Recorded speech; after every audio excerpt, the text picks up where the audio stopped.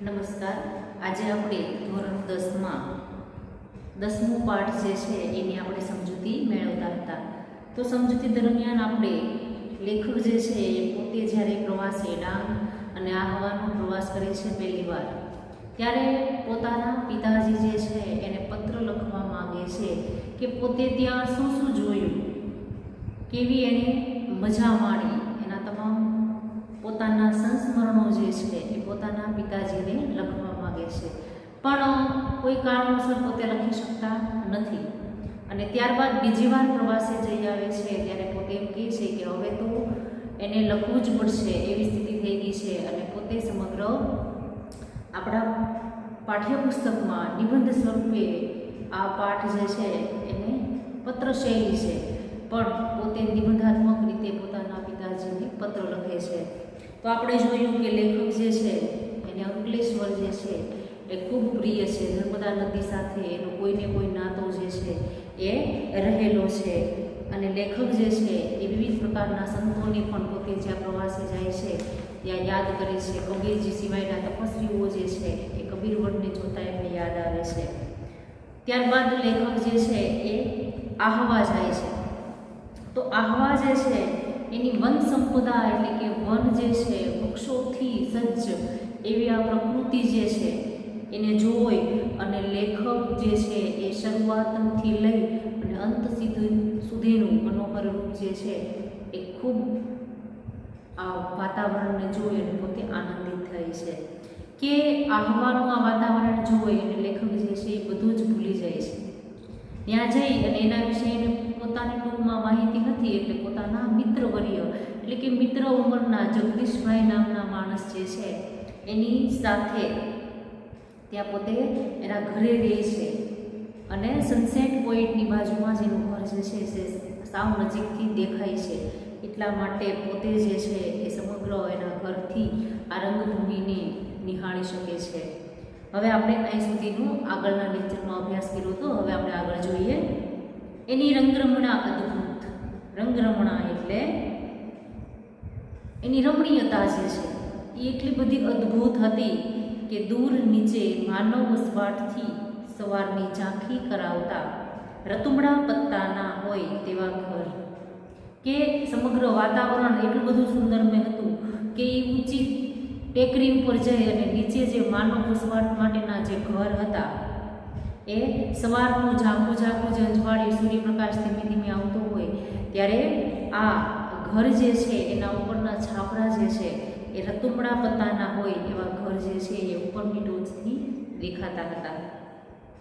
એ ઘર સુધી દોડી જતી સરપીલ ભૂખરી કેડીઓ એટલે કે ભૂખરી એટલે કે રાખોડા રંગ જેવી, અને સર્પિલ એટલે સર્પાકાર આકાર, જેવી રીતના સાપ જે છે એ ચાલ્યો જતો હોય એવી રીતના રસ્તી, કેડી એટલે કે પગેથી ચાલી શકાય એવો રસ્તો જે છે એ ઉપરથી એટલો સરસ દેખાય છે કે જાણે કોઈ સર્પ ચાલ્યો જતો હોય એવી રીતના આ કેડી જે છે એ ભૂખરા આકારની દેખાઈ રહી છે.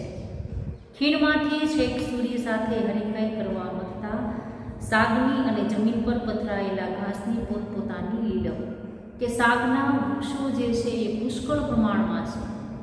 એટલા બધા ઊંચા છે કે જાણે કે એવું લેખક કહે છે કે એવું લાગે છે કે જાણે એ આકાશને આંબવા માટેની હરીફાઈ કરી રહ્યા હોય. એટલા ઊંચા ઊંચા સાગના ઝાડ છે, એકદમ લીલાછમ છે. અને ધરતી ઉપર પથરાયેલું લીલુંછમ ઘાસ જે છે એની તો શું વાત પૂછો. એટલી સરસ રમણીયતા જે છે એ લેખકને ઉપરથી એટલે કે જ્યાં પોતે ઊંચાણવાળી જગ્યાએ આ સમગ્ર વાતાવરણને પોતે જોઈ રહ્યા છે, પ્રકૃતિ જે છે એની સુંદરતા જોઈ રહ્યા છે. છાપ એનો એવો કે સૂર્યપ્રકાશની આટી મારે. છાપ એટલે કે દેખાવ જે છે એની જે વૃક્ષો જે છે એની એટલી બધી પ્રકૃતિ સાથે એકદમ લીલપ જે છે એ છવાયેલી છે કે જેનાથી સૂર્યપ્રકાશને પણ આટી મારે એટલો સરસ પ્રકાશ જે છે એ સમગ્ર પૃથ્વી ઉપર પડી રહ્યો છે. નયનરમ્ય ને નયન મનોહર. નયનરમ્ય એટલે કે આંખોમાં રમે છે તેમ, અને નયન મનોહર એટલે કે આંખે જોયેલું છે અને મનને ગમેલું છે. તો આ શબ્દોની ખરેખરી અર્થ છાયા એટલે શબ્દ ઓછો ખ્યાલ આપે કે શું એનું વર્ણન કરવું, કે શબ્દ કહેવાથી તો આ પ્રકૃતિની સુંદરતા જે છે એનું વર્ણન કરી ન શકાય. અહીં પ્રત્યક્ષ થાય કે જ્યારે લેખક એમ કહે છે કે હું જ્યારે આ લખવા બેઠો ત્યારે આ બધું જે છે એ મારી આંખની સામે તરવરી ઉઠ્યું, પણ લખવા માટે મારી પાસે એવા શબ્દ નહોતા કે હું આ પ્રકૃતિનું વર્ણન જે છે એ કેવી રીતે કરું. છતાં પણ પોતે થોડા ઘણા શબ્દોથી પોતે આ વર્ણન જે છે એ કરે છે. પવનની સાથે ઘુમરાઈને ઉપર વહી આવતા રંગ, ગંધ, અવાજના ત્રિવિધ રૂપને ઊંડા શ્વાસ લો તો આખા અસ્તિત્વમાં અનુભવી શકો. કે પવનની સાથે ઘુમરાય એટલે કે ફરી અને ઉપર વહી આવતા રંગ એટલે કે પ્રકૃતિના સૂર્યપ્રકાશનો રંગ, પ્રકૃતિની લીલપ અને ગંધ કે જે વૃક્ષો જે છે ત્યાં રહેલા ફૂલ છોડ છે એની ગંધ જે છે એ આવી રહી છે.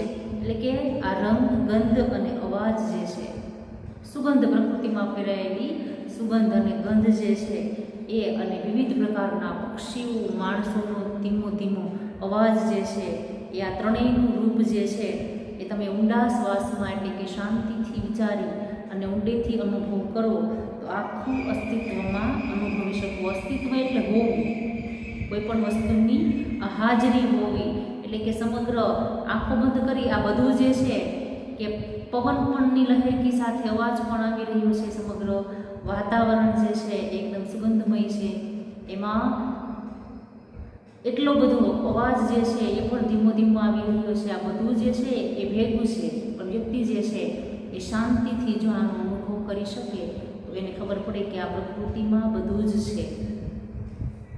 પવનની જાદુઈ લાકડી ફરે ને આ દ્રશ્ય શ્રાવ્ય ચલચિત્ર પરિવર્તન પામતું રહે. જેવી રીતના પવનની જાદુઈ લાકડી ફરતી હોય, પવન જે છે એ થોડી વાર આ દિશામાંથી આવે તો થોડી વાર પશ્ચિમ દિશામાંથી આવે, ઘડી ઉત્તરમાંથી આવે, એવી રીતના પવન જે છે એ આપોઆપ જાદુ, જેવી રીતના કોઈ માણસ જાદુ કરતો હોય એની લાકડી ફરતી હોય એવી રીતના પવન પોતાની દિશા બદલે છે.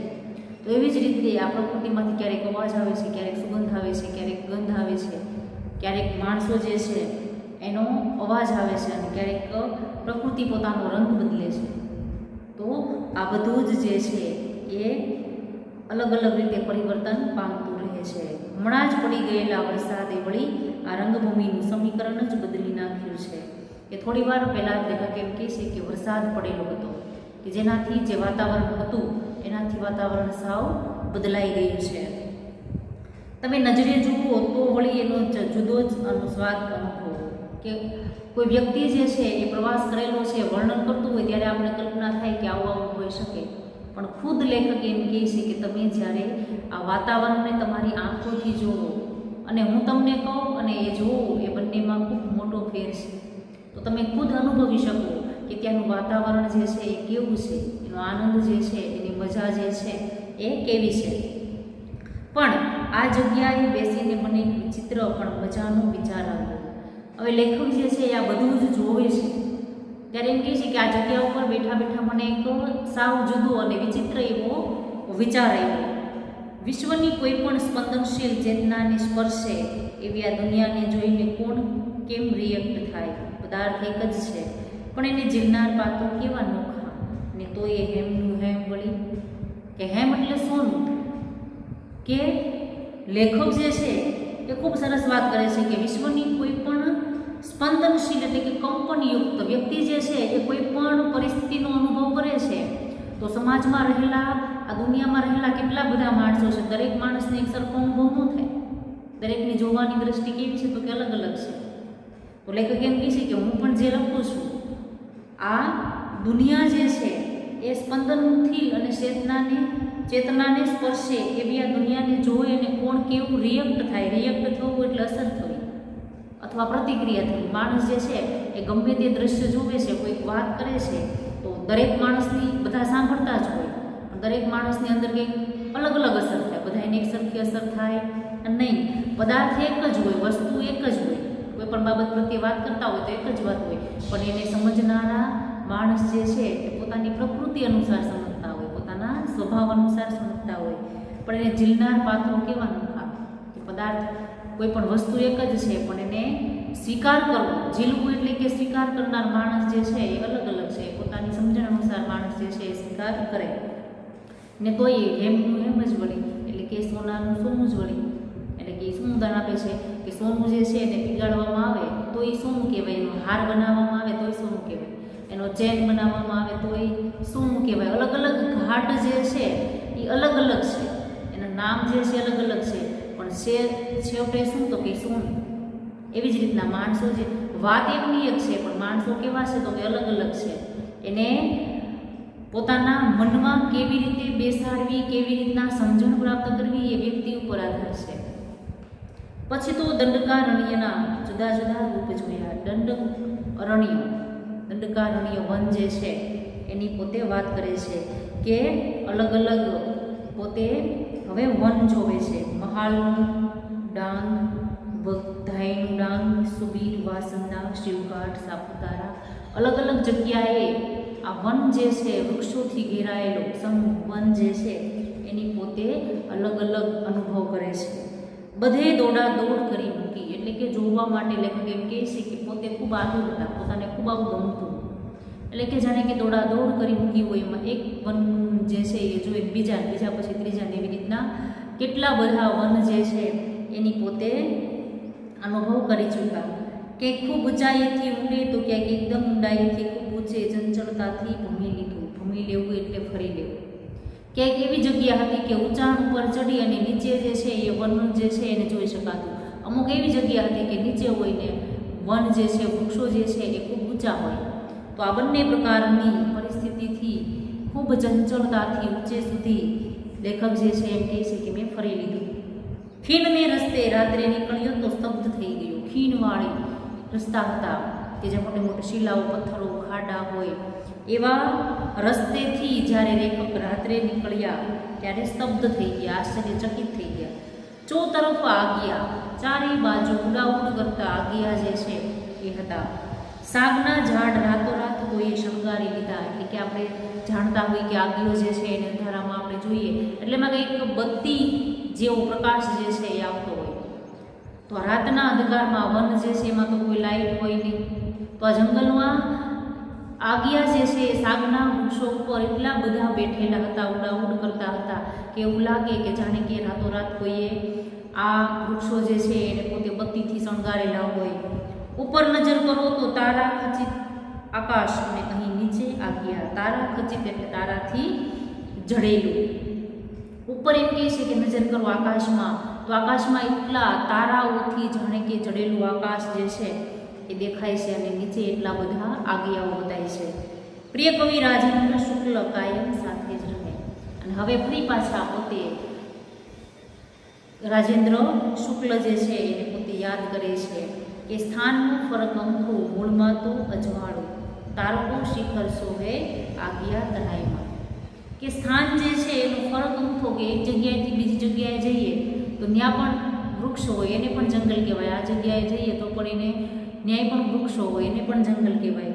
મૂળમાં તો અજવાળું, મૂળમાં શું કહે છે? અજવાળું. એટલે લેખક કેવા શું માગે છે કે ઉપર આકાશમાં જોવું તો તારાથી સજ્જ આકાશ છે, ત્યાં પણ અજવાળું છે, અને નીચે ધરતી ઉપર જુઓ તો આગિયા જે છે એના અજવાળાથી પણ અજવાળું છે. મૂળમાં તો અજવાળું જ છે. તારકો શિખર શોભે, તારકો એટલે તારાઓ, શિખર એટલે કે ટોચ ઉપર આકાશમાં, શોભે એટલે કે શોભે છે. આગિયા તરાઈમાં, તરાઈ એટલે કે પહાડની તળેટી હોય એવો પ્રદેશ, કે આ પહાડની તળેટીમાં આગિયાઓ જે છે એ શોભી રહ્યા છે. અહીં તહીં ઉડાઉડ કરતા આગિયાઓ અંધકારને શણગારીને એક મોઝેઇક બનાવી આપે.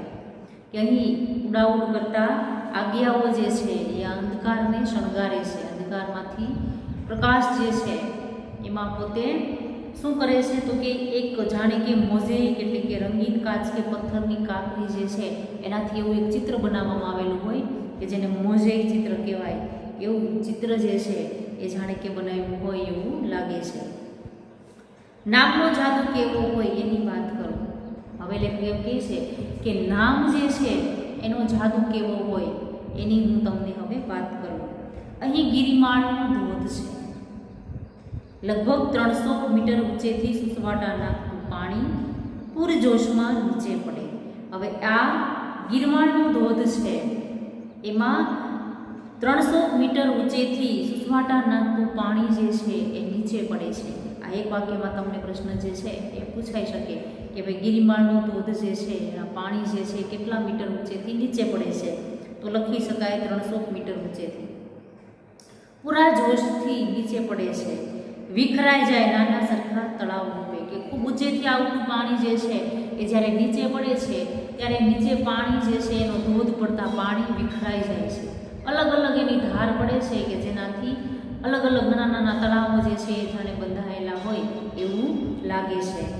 ચો તરફ પર્વતમાળાઓ અને વચ્ચે આ ધોધ. ચારે બાજુ પર્વતમાળા છે અને વચ્ચે આ પાણીનો ધોધ જે છે એ નીચે પડે છે. જ્યાંથી એ પડે ત્યાં જ પહોંચ્યા ને પથ્થરની ઓથ લઈને નીચે જોયું. હવે જ્યાંથી પાણી ઉપરથી નીચે પડતું હતું ત્યાં એક પથ્થર હતો. એ પથ્થરનો આધાર રાખી અને ટેકો લઈ અને લેખક જોવે છે કે નીચે પોતે જ્યાં ધોધ પડે છે ત્યાં જોવે છે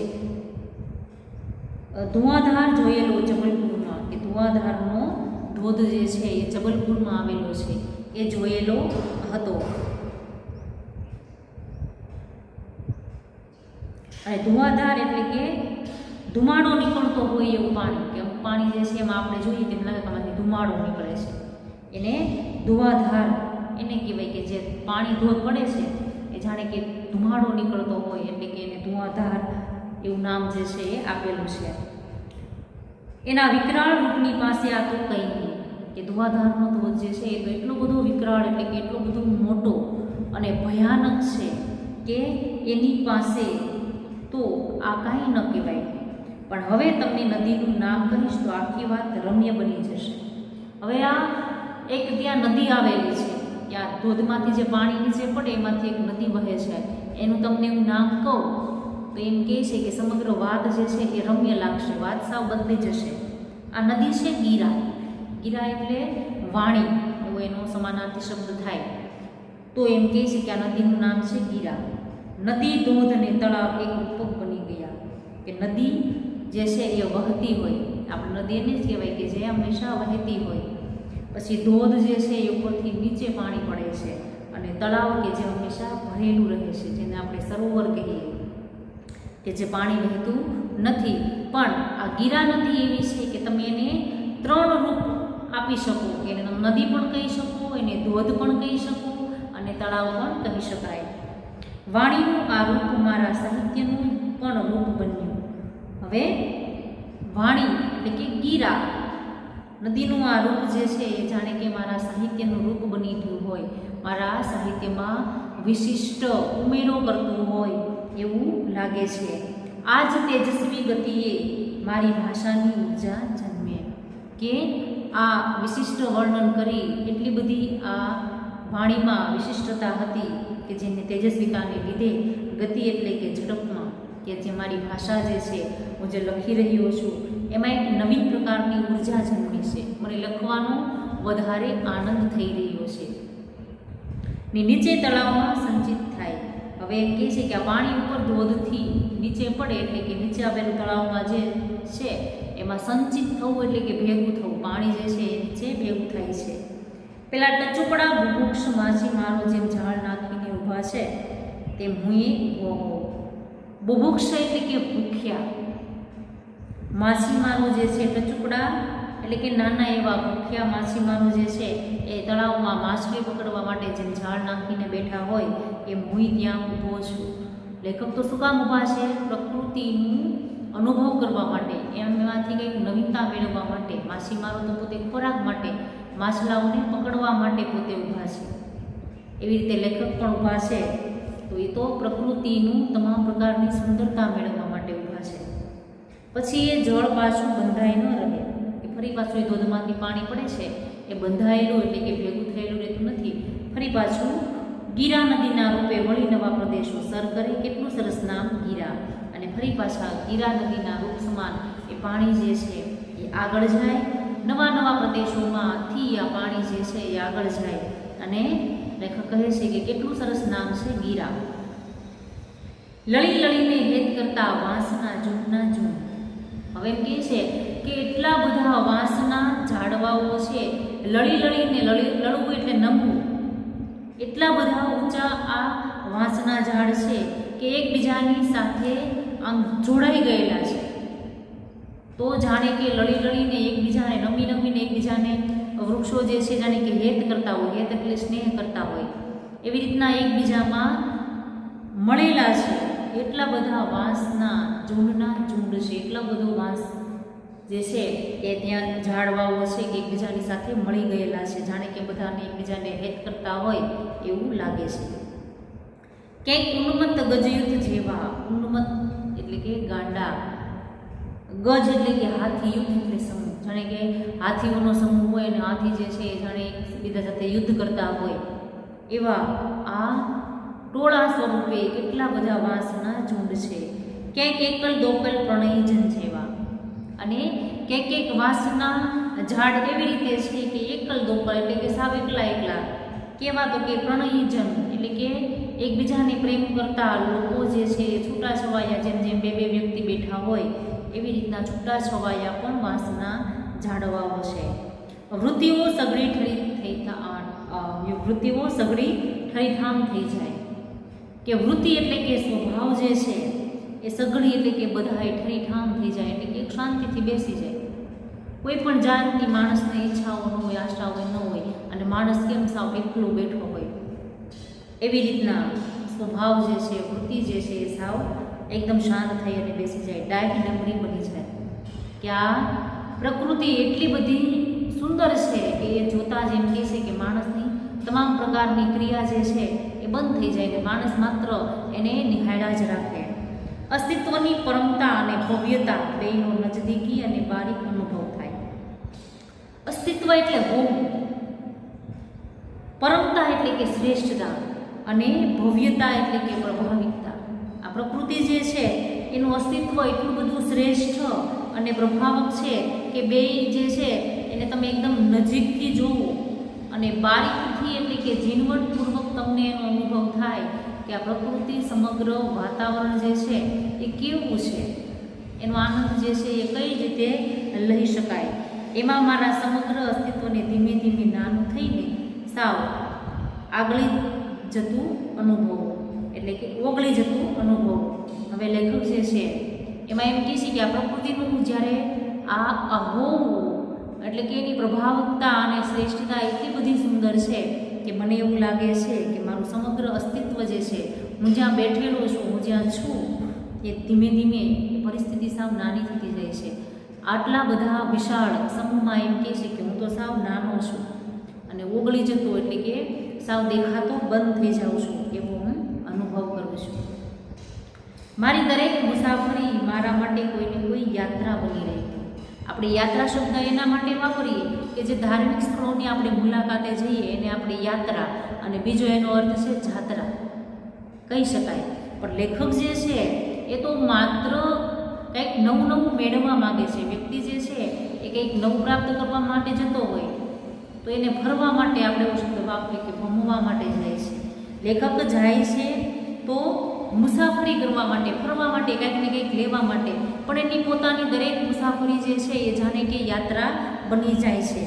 પ્રત્યેક સફરે હું નવો બનતો હોઉં છું, કે દરેક મુસાફરીમાં, દરેક પ્રવાસે પોતે જાય છે તો કંઈક નવા પોતે બને છે. નવું બનવું એટલે એક નવું એમને પ્રાપ્ત થાય છે. આ મારો અનુભવ છે. લેખક પોતાના અનુભવથી કહે છે કે હું જ્યાં પણ ફરવા માટે જાઉં છું કંઈક ને કંઈક નવીન પ્રાપ્ત કરું છું. આહવા ગયો એ પહેલાં અહીંના આદિવાસીઓ વિશે ખૂબ સાંભળેલું. હવે લેખક એમ કહે છે કે જ્યારે પોતે આહવા ગયા એ પહેલાં ત્યાંના રહેતા આદિવાસી લોકો જે છે એના વિશે પોતે સાંભળેલું હતું. ડાંગ દરબારની વાતો કાને પડેલી, કે ડાંગ દરબાર એવી કંઈક એની એક પ્રકારનું નૃત્ય હોય એની વાત જે છે એ પણ કાને પડેલી, એટલે કે લેખકે સાંભળેલી. કાને પડવું એટલે સાંભળવું. આ વખતે આ લોકોની દુનિયાનો આછેરો પરિચય જ માત્ર મળી શક્યો. હવે પોતાની પાસે કદાચ એટલો બધો સમય નહીં હોય એટલે એમ કહે છે કે આછેરો એટલે કે થોડોક એવો પરિચય જે છે એ પોતે મેળવે છે. જ્યારે તક મળે ત્યારે જગદીશભાઈનું બાઇક લઈને નીકળી પડવું. હવે જ્યારે લેખક એમ કહે છે કે મને કંઈક એવો સમય મળે, તક મળે ત્યારે પોતાના મિત્રવર્ય જગદીશભાઈ જે છે એની ગાડી લઈ અને પોતે નીકળી પડે છે. આહવાની ગલી કૂચીઓમાં અને આજુબાજુના રસ્તાઓ પર રખડા કર્યું. એટલે કે આહવા જે છે એની ગલી કૂચી એટલે કે નાની નાની ગલીઓ હોય ત્યાં અને આજુબાજુના રસ્તા પર પોતે કંઈ પણ કારણ વગર આટા મારવા એને રખડો શબ્દ એવો કહી શકાય કે કોઈ પણ જાતનું ધ્યેય ન હોય, કંઈ પણ કામ ન હોય અને પોતે જ્યાં ત્યાં ફેરા રાખે એને રખડવું એટલે કે લેખક જે છે એ પોતે રખડ્યા કરે છે. સ્થાનિક પ્રજાને જોયા કરું. ત્યાં સ્થાનિક પ્રજા એટલે કે ત્યાં રહેતા લોકો, ત્યાં વસવાટ કરતા લોકો જે છે એને પોતે જોયા કરે છે. એમની લોક સંસ્કૃતિ હજી આજે એટલી જ જીવંત છે. પહેલાંના સમયમાં જે એની લોક સંસ્કૃતિ હતી એ હજી પણ એ લોકોએ જાળવી રાખી છે અને હજી પણ લેખક એમ કહે છે કે એ લોકોની લોક સંસ્કૃતિ પહેલાં જેવી જ છે. એમના ગીતો, એમના વાદ્યો, એમના તહેવારો કે સામાન્ય રીતે આપણે જોતા હોય તો કે આપણી જીવન પ્રણાલી છે એમાં વિવિધ પ્રકારના તહેવારો આવે છે તો આપણે કંઈક એમાં નવીનતા લાવતા જઈએ છીએ. અમુક સમયે અમુક આપણી જે લોક સંસ્કૃતિ જે છે એને આપણે ભૂલી રહ્યા છીએ, પણ આ આદિવાસી લોકો જે છે એણે પોતાની આ લોક સંસ્કૃતિને જાળવી રાખી છે, જીવંત રાખી છે અને એમના એ ગીતો, એમના એ વાજિંત્રો અને એના એ તહેવારો થાય છે કે હાથમાં હાથ ભેળીને નાચીએ. એનું નૃત્ય એવું હોય કે એકબીજાના હાથમાં હાથ રાખી અને નાચતા હોઈએ. ઘણીવાર આપણે ટીવી સિરિયલમાં જોયું હોય આદિવાસી નૃત્ય જે છે એમાં, તો પોતે લેખક કહે છે કે મને પણ એમ થાય કે હાથમાં હાથ રાખીને હું પણ નાચું. પણ એક વખત નીકળ્યું તો ડાંગીઓનું એક મોટું સરઘસ સામે મળ્યું. હવે લેખક જે છે એ પોતે એકવાર નીકળે છે તો એ સમયે આદિવાસી લોકો જે છે એનું મોટું સરઘસ એટલે કે ઘણા બધા લોકો જે છે એને પોતે જોવે છે. સૌથી આગળ 2-3 આદિવાસીઓ ફટાકડા ફોડતા હતા. હવે આ સમૂહ હતો, આ સરઘસ હતું, એમાં એની આગળ જે છે 2-3 આદિવાસીઓ જે છે ને ફટાકડા ફોડતા હતા. થયું કે ચાલો લગ્ન યાત્રા જોવા મળશે. આપણી લોક સંસ્કૃતિમાં જેવી રીતના લગ્ન પ્રસંગ હોય, દિવાળી હોય ત્યારે આપણે ફટાકડા ફોડીએ છીએ. તો લેખકને એમ થયું કે ચાલો આપણને હવે આદિવાસી લોકો જે છે એની લગ્ન યાત્રા જોવા મળશે કે કેવી રીતના લગ્ન કરે છે. એટલે પોતે જોવે છે. આ તો કંઈક બીજું જ નીકળ્યું. એને એમ થયું કે આ તો ફટાકડા ફોડે છે, આટલા બધા માણસો છે એટલે લગ્ન યાત્રા હશે, પણ કંઈક નવું જ નીકળ્યું. કોઈનું મરણ થયું. હવે કોઈ માણસ જે છે એના મૃત્યુના આનંદમાં એ લોકો ફટાકડા ફોડતા હતા. એને તો નવીન લાગ્યું કે આ તો કોઈકનું મૃત્યુ થયેલું છે. એની નનામી ઉચકીને ડાઘુઓ જતા હતા. જે 4 લોકો એની જે નનામી ઉઠાવે એને ડાઘુ એવો શબ્દ વપરાય. તો મૃત્યુના માનમાં ફટાકડા. લેખકને આશ્ચર્ય થયું કે આવું તો કાંઈ હોતું હશે કે મૃત્યુ જે છે એના માનમાં આ લોકો ફટાકડા ફોડે છે. મરણને ઉજવવાની આ રીત કેટલી તાત્વિક કે આ મૃત્યુને ઉજવવાની આ રીત જે છે એ તો કેવી સાવ નવીન. તાત્વિક એટલે કે ક્યારેય પણ ન જોયેલી, સાવ અલગ જ હોય એમ કે જે વિચારવા યોગ્ય છે. આ ભોળી પ્રજાને આવું જીવન સત્ય કેમનું લાદ્યું હશે? લેખક એમ કહે છે કે આ પ્રજા જે છે એ આદિવાસી લોકો જંગલમાં રહી, એની પાસે એવું કોઈ જ્ઞાન નથી, એની કોઈ સમજ નથી કે મૃત્યુના માનમાં ફટાકડા ન ફોડાય. માણસનું મૃત્યુ થાય તો એનું દુઃખ હોવું જોઈએ, પણ એના બદલે આ લોકો ફટાકડા ફોડે છે. એટલે કે આ પ્રજા જે છે સાવ ભોળી છે કે આ પ્રસંગમાં શું કરવાનું હોય એવી કોઈ વાતથી આ માણસો પરિચિત નથી. આ પ્રજા જે છે એ સાવ ભોળી છે. જીવનનું શું સત્ય છે એને આવું કોણે કીધું છે કે કોઈ માણસનું મૃત્યુ થાય તો ફટાકડા ફોડાય? તો કે એની પાસે એવું કોઈ સમજ નથી, એની પાસે કોઈનું જ્ઞાન નથી. એટલા માટે લ્યો જુઓ, વાત આખી મૃત્યુના સમ પર આવીને ઊભી રહી ગઈ. એટલે કે લેખક એમ કહે છે કે હવે જો સમગ્ર વાત જે છે એ આખી મૃત્યુ ઉપર આવીને ઊભી રહી ગઈ. જેટલું ગમ્યું એટલું જ લખ્યું છે, ન ગમ્યું એની વાત ફરી ક્યારેક કરીશ. લેખક કહે છે કે મેં તમને જે પણ કંઈ કીધું એ મને ગમ્યું એટલું જ મેં લખ્યું છે, પણ જે મને નથી ગમ્યું એની વાત ફરી પાછું ક્યારેક કરીશ. મારી આ પત્ર શ્રેષ્ઠા ગમીને એટલે પ્રશ્ન પૂછે છે કે મેં આ પત્ર લખ્યો એ તમને ગમ્યો ને? ઈચ્છા તો ત્યાં એકાદ ઝરણામાં પગ બોલીને આ શબ્દ ઝરણ વહેતું મૂકવાની હતી. લેખક કહે છે કે મને ઈચ્છા તો એવી હતી કે એકાદ પાણીનું ઝરણું જે છે, સરોવર જે છે એમાં પગ બોળી અને શબ્દ રૂપી ઝરણું જે છે એ વહેતું મૂકવાની હતી કે મારે કંઈક વિશેષ પ્રકારે હજી પણ વધારે લખવાની ઈચ્છા હતી. તમને ત્યાં કેવા યાદ કરતો હોઈશ તેનું પ્રમાણ મળે તોય હોવ ઘણું. એટલે કે લેખક કહે છે કે તમને ત્યાં કેવા યાદ કરતો હોઈશ, કે લેખક પોતે જે પોતાના સંસ્મરણો લખે છે એની પોતે વાત કરે છે કે એ સમયે હું તમને યાદ કરતો હોઈશ, એવું તમને પ્રમાણ મળે તોય હાવ. એટલે કે તમે કેવું કહેવા માગે છે, તમે ત્યાં જાઓ અને તમે જુઓ ત્યારે મને તમે આ મેં જે પણ કાંઈ લખ્યું છે એની તુલના એની સાથે કરવી અને એવું લાગે તો મને યાદ પણ કરવું. આવા પ્રમાણો મળે તમે ત્યાં ગીરા નદી જુઓ, તેના લોકો જોવો, એનું સમગ્ર જંગલ જોવો, એની રહેણી કહેણી, લેખકે જે પ્રકૃતિનું વર્ણન કર્યું એ જોવું અને મને યાદ કરવું તોય હાવ. હાવ એટલે ઘણું. એના લેખકે રખડુંનો કાગળ જે છે એમાં આ પોતાનો પ્રવાસ નિબંધ જે છે એ લખેલો છે. આપણે ખાલી નિબંધ જ એવું સાહિત્ય પ્રકારમાં નામ આપેલું છે. તો અહીંયા આપણો આ 10મો પાઠ જે છે એ પૂરો થાય છે.